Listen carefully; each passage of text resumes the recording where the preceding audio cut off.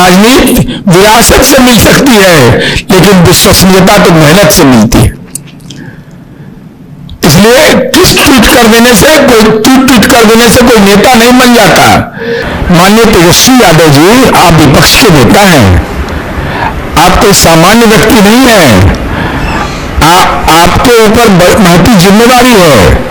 महिलाओं से जुड़ा मामला आपने उठाया है, अगर इस पर आप तथ्य को नहीं रखिएगा तो आप गुनाहगार माने जाएंगे, क्योंकि तथ्य को छिपाना भी गुनाह होता है। कानून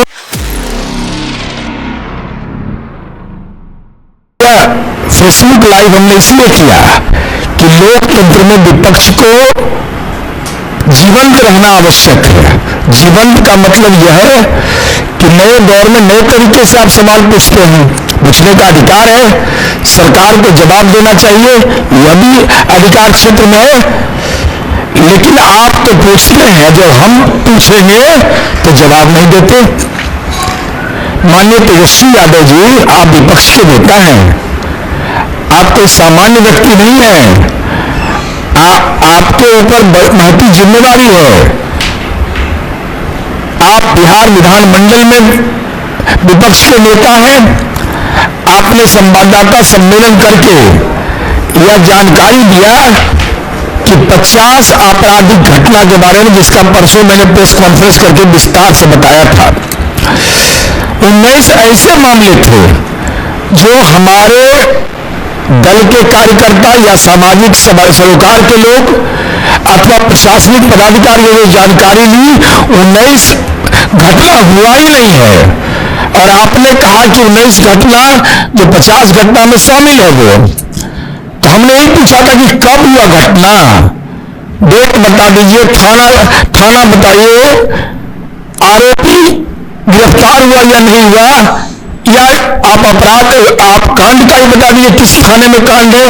क्योंकि जिला आप लिख रहे हैं, जमुई में 3 ऐसे मामले पकड़े गए जो आपने प्रतिवेदित किया था, वो घटना कारित ही नहीं हुआ।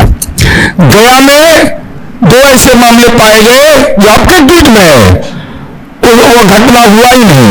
किशनगंज में 2, भोजपुर में 1, सारण में 2, दरभंगा में 1, सहरसा में 1, पटना में 11 में आपने कहा था, इसमें 6 दावे गलत निकले। नवादा में 2 में 1 गलत निकला। हम आपसे केवल अनुरोध यह कर रहे हैं कि ये जो 19 घटनाओं की चर्चा आपने की, 50 में 19 जिस पर हमने सवाल उठाया था और कहा था कि माननीय 24 घंटे में जवाब दे दीजिए, ये सच है या गलत है। अगर सच है, महिलाओं से जुड़ा मामला आपने उठाया है, अगर इस पर आप तथ्य को नहीं रखिएगा तो आप गुनाहगार माने जाएंगे, क्योंकि तथ्य को छिपाना भी गुनाह होता है, कानून के नजरों में भी, समाज के नजरों में भी।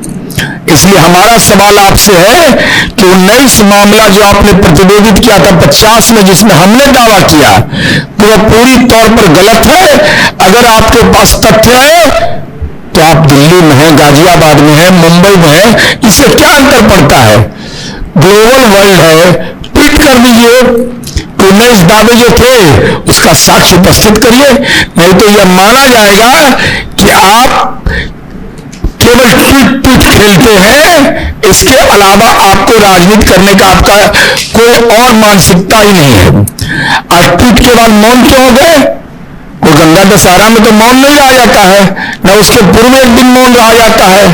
ऐसी कोई परंपरा नहीं। जब मौन भी है तो ट्वीट पर मौन क्यों?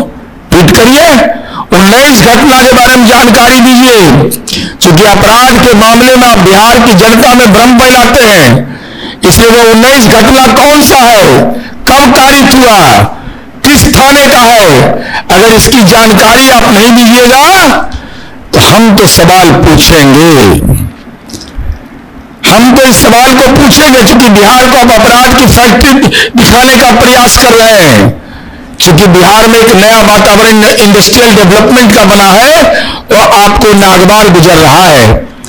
इसलिए घटना हो जाए तो ट्वीट, कार्रवाई शुरू नहीं हो तो ट्वीट, लेकिन जब मामला फर्जी निकले तब पूरी तरह चुप। फर्जी नैरेटिव मॉडल बनाया जा रहा है। पहले ट्वीट करो, फिर डर फैलाओ, सोशल मीडिया पर ट्रेंड चलाओ और जब सब सच सामने आ जाए तो चुप्पी साध लो। ये राजनीति नहीं है, ये सुनियोजित दुष्प्रचार है। राजनीति विरासत से मिल सकती है, लेकिन विश्वसनीयता तो मेहनत से मिलती है। इसलिए किस ट्वीट कर देने से कोई नेता नहीं बन जाता, लेकिन जो व्यक्ति तथ्य के साथ अपनी बातों को रखता है, समाज में उसकी साख होती है। इसलिए तेजस्वी यादव जी, ये हमारे लिए केवल महत्वपूर्ण नहीं है, बल्कि महत्वपूर्ण महिलाओं के लिए भी है, और आपके सहयोगी दल और आपकी पार्टी के लिए है कि जो विधानमंडल का विपक्ष का नेता हो, उसका ट्वीट अगर 19 मामले फर्जी पकड़े गए, इसका मतलब ट्वीट के भरोसे आप पद पर बैठ सकते हैं। आपकी विश्वसनीयता चुनाव में जनता ने बता ही दिया। इसलिए फिर विनम्र अनुरोध करेंगे, लोकतंत्र में विपक्ष को जीवंत होना चाहिए।